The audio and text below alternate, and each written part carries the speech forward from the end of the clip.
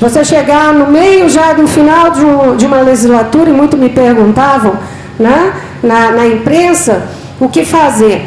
Eu costumo dizer o seguinte, para mim nada foi fácil, como também na vida das pessoas. Muitas vezes a gente acha que a vida do outro é mais fácil que a da gente, né?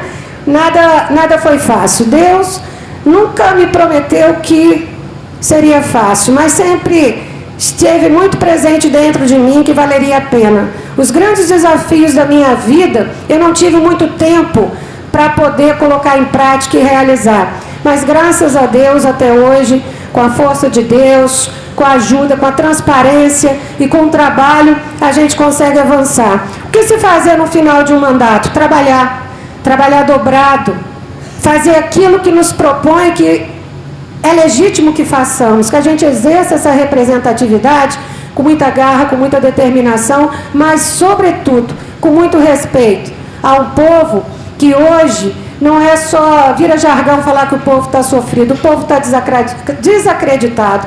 Nós precisamos fortalecer as instituições. E eu acho que a maneira mais correta, eficaz e certa da gente fortalecer as instituições é justamente a gente exercer essa representatividade com respeito que as pessoas merecem. Nós precisamos cuidar das pessoas, gerar igualdade de oportunidades, mas principalmente nós precisamos estar exercendo essa preciosidade que é a oportunidade da gente estar exercendo o mandato parlamentar e ter a dignidade de respeitar a população. Dizer que nós estamos muito felizes com a sua posse, Cláudia. Nós somos 4 mulheres nessa casa e nós sabemos que a mulher é um diferencial na política. Você chega num período em que já está encerrando essa legislatura, mas chega em boa hora, porque tem muitas questões urgentes que estão em debate nessa casa e com certeza você vai se somar, nós te convidamos a se somar a este debate, principalmente no que se refere à questão das mulheres. Temos aqui um trabalho muito grande envolvendo a Procuradoria Especial da Mulher, a violência familiar e doméstica contra as mulheres, que eu quero te convidar para, junto conosco, somar esse bloco de mulheres que trabalham incansavelmente para que essa temática no nosso estado seja resolvida e para que a gente construa políticas públicas no sentido de sanando esse problema que hoje é uma vergonha para todas nós mulheres. Deputada Cláudia, a chegada da senhora, mesmo que ainda no final da legislatura, tem um papel importante a ser desempenhado. Até porque eu não tenho dúvidas que com a sua chegada aqui na Assembleia, projetos, propostas e debates, Vossa Excelência, no momento ainda do período eleitoral, lá em 2014, planejou a sua chegada aqui. E não é fora do tempo. Como diz a Bíblia, há um tempo para tudo.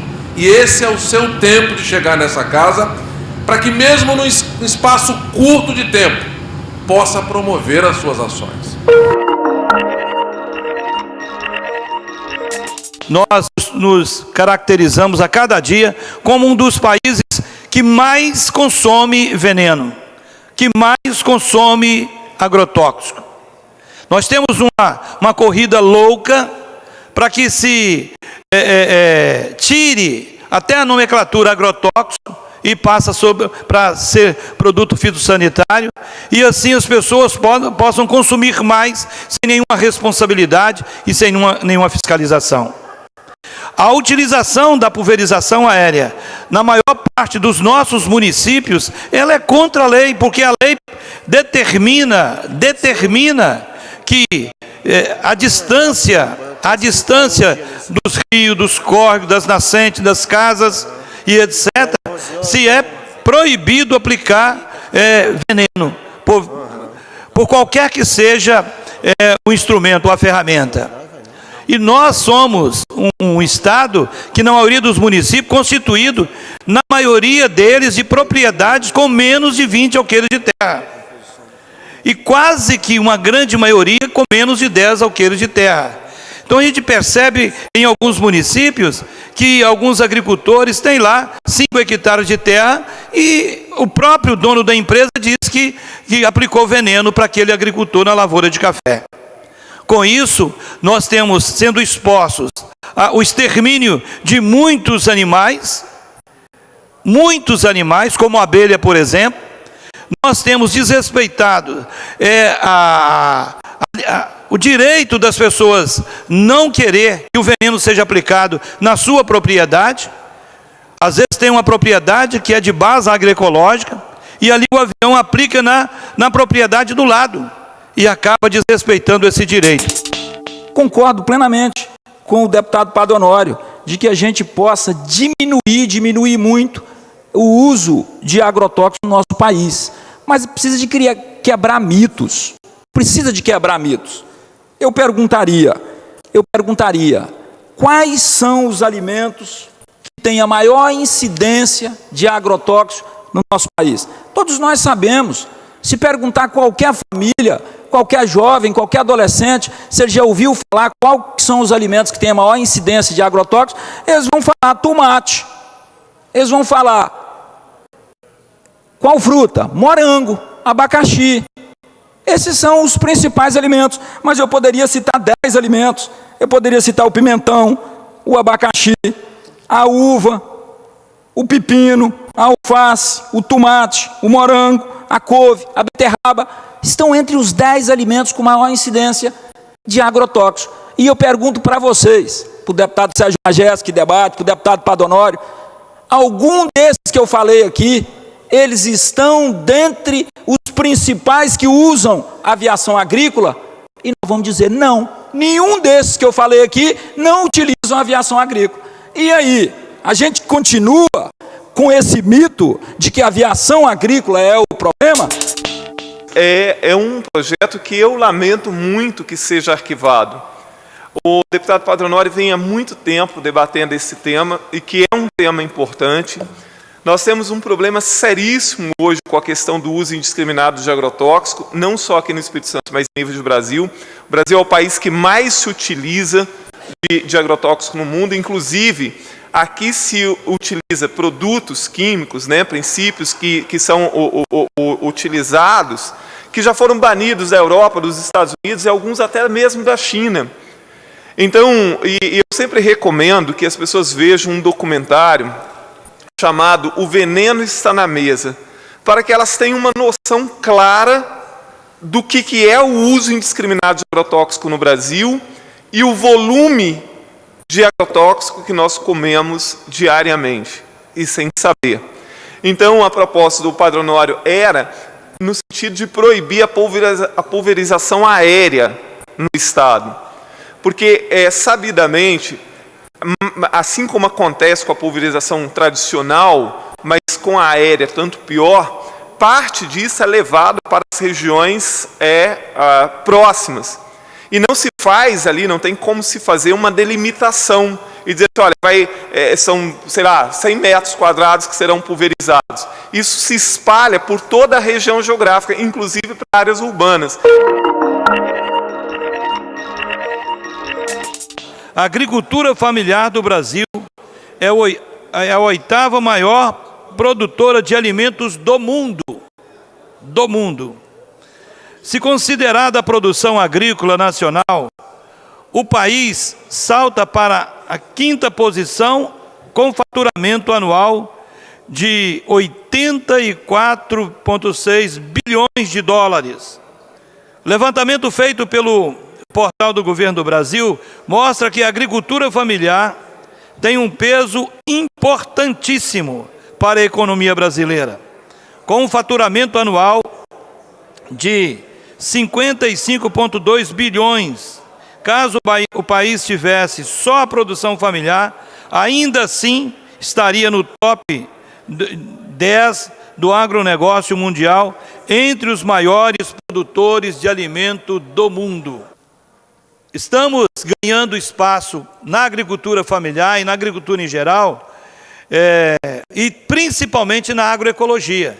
Os consumidores estão tomando mais consciência da importância de ter um alimento saudável, e ao mesmo tempo os produtores estão também tomando consciência da importância de produzir um alimento que possa promover a saúde e não a doença.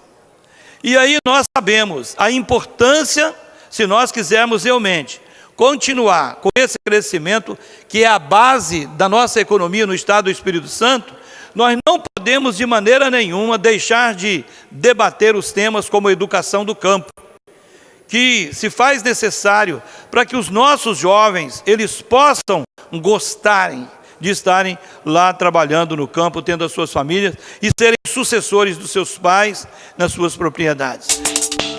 Nós conseguimos finalmente fechar o acordo de aquisição dos produtos da agricultura familiar que são adquiridos pela SEDU, que compõem a merenda das crianças, dos jovens e adolescentes de nossa rede de ensino, que é a rede do ensino médio, da Escola Viva, que adquire esses produtos. Ficou definido, no momento daquela reunião, serão assinados a partir de hoje. Esse movimento nosso fez com que a SEDU desse celeridade e os hortifruti já tivessem os seus contratos assinados hoje, acabando com essa agonia que é a aquisição por parte da SEDU dos produtos da agricultura familiar. Ainda ficou para poder ter alguns ajustes àqueles produtos que são perecíveis e que precisam ser estocados, mas todos esses produtos, eles serão entregues pelos produtores selecionados da agricultura familiar no início do ano letivo, em agosto, depois que os alunos retornam de suas férias escolares. Eu quero aqui repercutir com muita alegria o início de funcionamento da empresa Placas do Brasil no município de Pinheiros. Um empreendimento muito importante que vai gerar centenas de empregos de forma direta e milhares de empregos de forma indireta. É o primeiro investimento de grande volume no município de Pinheiros, é fruto da interiorização do desenvolvimento, que cada vez mais se torna uma realidade, uma vez que no primeiro momento de inserção da nossa região do norte do Espírito Santo, na região da Sudene, os investimentos ficaram concentrados na região de Linhares.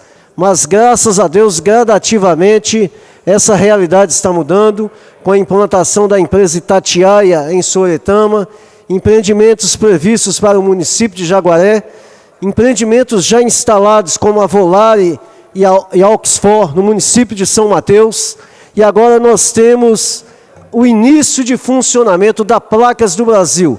Essa empresa que já produziu a sua primeira placa, a placa de MDF, matéria-prima para a construção de móveis.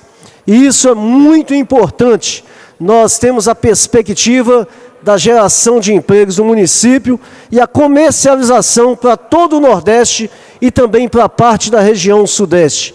A Placas do Brasil, situada em Pinheiros, na BR-101, muito próximo ao município de Pedro Canário, abre também a perspectiva de instalação de outros empreendimentos em Pedro Canário. E aí nós temos já contatos do governo do estado com outras empresas que fornecem a matéria-prima para Placas do Brasil, poderão no futuro próximo trazer os investimentos para Pedro Canário, e aí nós teremos o equilíbrio de geração de empregos nos dois municípios de Pinheiros, Pedro Canário e toda a região. Eu quero aqui fazer uma menção em relação ao sul do estado do Espírito Santo.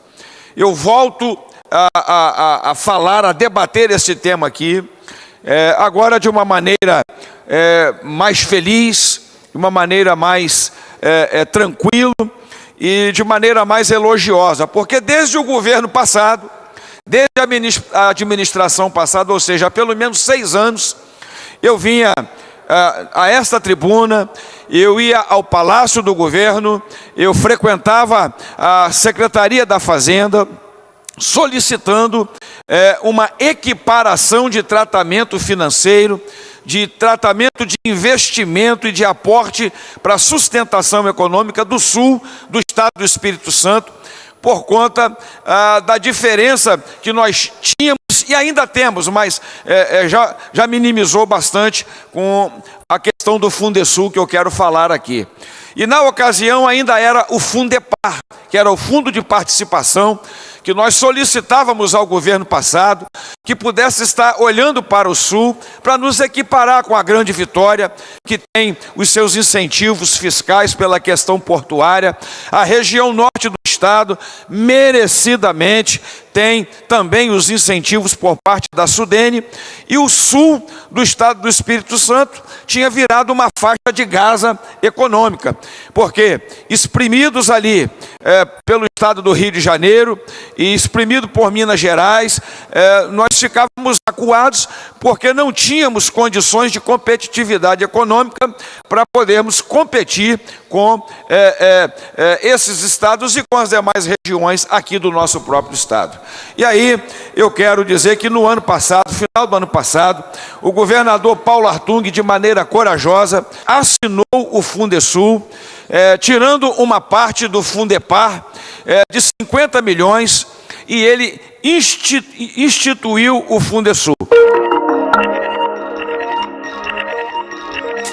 Eu quero falar de segurança pública e falar que o projeto do governo do estado está dando muito certo. A desocupação social que está acontecendo principalmente no bairro Piedade. As pessoas que moram no Alto da Piedade lá têm demonstrado a sua angústia, o seu sofrimento e principalmente o pânico que elas estão vivendo com a segurança pública, que mais de 200 famílias já saíram do bairro. E é uma imagem de cortar o coração de qualquer capixaba quando vê as pessoas saindo com os móveis nas costas. Poucos dias atrás, quem não se lembra do secretário de Segurança, o doutor André Garcia, que se diz especialista em segurança pública, que falava em alto e bom som, com clareza, que o Espírito Santo não tem local dominado pelo crime, que desde aquela época já estava. E hoje nós estamos vendo esse estado cada vez mais sendo uma imagem negativa em relação à segurança pública. O que precisa o remédio para consertar e acertar em qualquer um dos problemas, primeiro é humildade, para poder falar que nós temos um problema e chamar a sociedade para resolver. Depois envolver as instituições importantes. Uma delas, que tem a prerrogativa constitucional de fazer o policiamento ostensivo, que é a Polícia Militar, ela está sangrando. Parece que esse governador, ele tomou ódio da Polícia Militar. Porque não só as regras que ele tem feito contra a Polícia Militar, mas agora ele está fazendo uma covardia. Já paga o pior salário do Brasil. E na última semana mandou mais 6 embora da Polícia Militar, os policiais da Rotam. Hoje tem um medo instalado, tem um pânico dos nossos policiais. Quem vai ser o próximo na semana que vem? Desta lista de 40, já foram 14 e ainda vão mais. E me parece que agora estão querendo aumentar a lista. Onde quer chegar?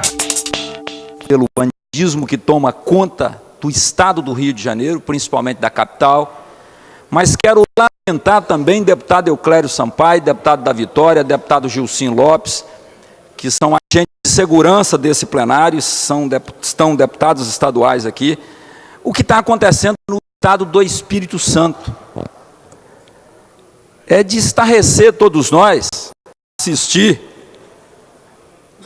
essa insegurança e a violência tomando conta do estado, de canto a canto do estado. Ontem eu falei aqui o que está acontecendo no município de São Mateus, como identificado pelo Atlas da Segurança como o segundo município mais violento do estado do Espírito Santo, perdendo apenas para Vitória, um município pujante da região metropolitana.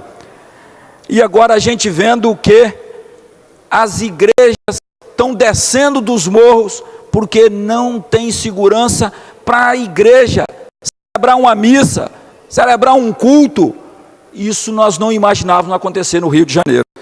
Raramente nós falamos da extinção do BME, Batalhão de Missões Especiais, na extinção da Rotam, da Rota Tática Móvel, extinta, simplesmente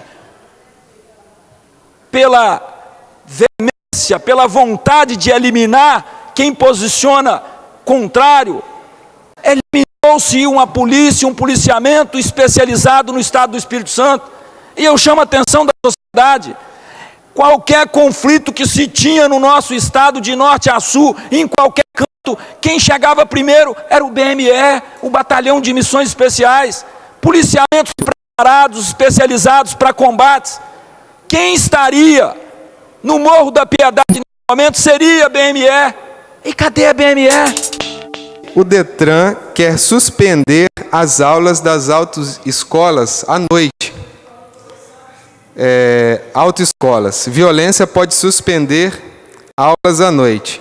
Instrutores denunciam assaltos e Detran pede a órgão federal que medida vigore até dezembro, a suspensão das aulas. Na realidade, nós estamos vivendo um momento de insegurança nacional, um momento de violência nacional. Mas uma medida que prejudica a população, pedir para que as aulas não sejam dadas à noite, é inviável. Nós temos sim que colocar mais segurança na rua, nós temos sim que apresentar à população medidas de segurança que ajudem a população a sair de noite de sua residência e não coibir a aula, de uma escola de trânsito à noite, porque daqui a pouco, olha, está em segurança em tal bairro, então você não vai sair mais para ir no shopping, você não vai poder sair para ir na igreja. Nós vamos criar medidas socioprotetivas para proteger a população. Como? Você fica em casa que você vai ser protegido. Não, na realidade nós devemos fazer o contrário. Ocupar o espaço público, ocupar o espaço social da nossa sociedade, no sentido de ocupar as praças, ocupar os nossos espaços que são de direito da população e não recolher a população para que ela fique aprisionada na sua residência. Inspetores penitenciários que quase em sua totalidade têm nível superior, fazem um brilhante trabalho e, diga-se de passagem, presidente, as fugas foram reduzidas ao máximo. Os espancamentos, as torturas que eram denunciadas no sistema prisional já quase não existem. Algumas nós sabemos que é a armação de alguns presidiários contra os inspetores penitenciários. Mas o que nós temos que avaliar, que o sistema prisional de 4 anos para cá não foi construída nenhuma unidade prisional e passamos de 18 mil reeducandos para 22 mil. Isto contando com o auxílio da audiência de custódia, que caso contrário nós já estávamos na casa dos 28 mil detentos. As polícias capixabas prendem, em média, por mês, 1.350 presos. E a Justiça e as audiências de custódia liberam em torno de 1.000 a 1.150 presos. E os inspetores penitenciários, em número reduzidos, eles estão ali cumprindo com um efetivo trabalho da ressocialização e da manutenção dos presos no sistema. No momento tão complicado que o país vive, de um descrédito generalizado, sobretudo um descrédito na política e nos políticos, mas também um descrédito do judiciário, do Ministério Público, das polícias, enfim. É um momento muito difícil que nós vivemos. E tenho dito também que as instituições, ao invés, e os seus atores, ao invés de aproveitar cada momento para dar exemplo de seriedade e ampliar a confiança da população nas instituições, tem ido no sentido inverso disso.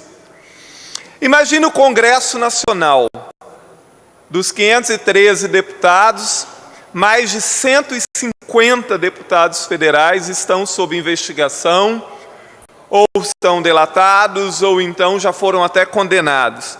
Em que país sério do mundo se imaginaria um deputado federal indo ao Congresso durante o dia com a tornezeleira eletrônica e tendo que retornar às 6 horas da tarde para o presídio da Papuda.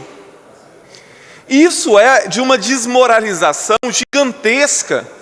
Você imaginar que a Comissão de Ética do Congresso Nacional, ali da Câmara, não tenha cassado o mandato desse deputado. Como é que pode um deputado condenado trabalhar com tornozeleira eletrônica, não pode participar das sessões, porque a maioria das sessões da Câmara são à noite, e 6 horas da tarde ele tem que estar na Papuda. Como é que a gente cria confiança nas instituições? Como é que a gente dá exemplo para a sociedade? Olha lá, o representante do povo, aquele que primeiro deveria cumprir normas, regras, decência, ética, republicanismo, ele está condenado. Mas os seus pares não fazem absolutamente nada, fingem-se de cegos e, como se fosse a coisa mais natural do mundo, um condenado com tornozeleira eletrônica, tendo que dormir na Papuda todo dia, fosse trabalhar como deputado federal e fazer as leis para o país. Esse ano, que é um ano especificamente eleitoral, nós percebemos que as letrinhas da política brasileira estão caminhando como biruta de aeroporto, especialmente aqui no Espírito Santo, onde o processo eleitoral caminha para uma situação completamente diferente de todas as outras eleições, onde partidos que estão hoje se posicionando ou pensando em se posicionar de uma forma, talvez vão ter que se posicionar de forma completamente diferente face o que está sendo decidido ou aproximando de ser decidido no âmbito federal. E aí, voltamos àquele processo de que, ao fazer a mudança na legislação eleitoral, aquele que foi o autor da proposta de reduzir o tempo de campanha, acabou contribuindo com esse processo que dificulta a possibilidade da população ter, no tempo devido, um debate e conhecer o programa de governo dos candidatos. Até porque, com a nova legislação, em 5 de agosto é que será feito o pedido de registro de candidatura, que deverá ser liberado até o dia 15. Daí, portanto, vão sobrar menos de 50 dias para os candidatos fazerem a apresentação na campanha via televisão do seu programa de governo. Vamos pensar que o Espírito Santo, porque tem 3 milhões de eleitores, que é mais ou menos o número que tem um bairro em São Paulo, possa ser suficiente esse tempo. Mas como que o eleitorado paulista, que tem 30 milhões de habitantes, vai conseguir entender ou conseguir ter tempo de saber o que os candidatos pensam ou propõem para ser discutido pela população?